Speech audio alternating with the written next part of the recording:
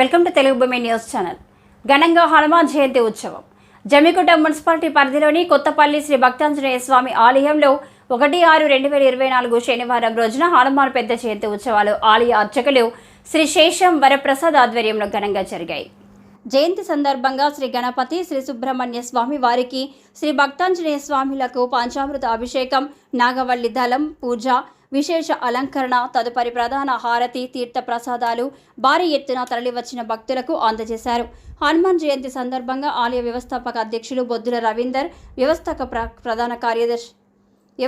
ప్రధాన కార్యదర్శి గొల్లపల్లి రామమూర్తి దంపతులు స్వామివార్లకు పట్టు వస్త్రాలను అందజేయడం జరిగింది.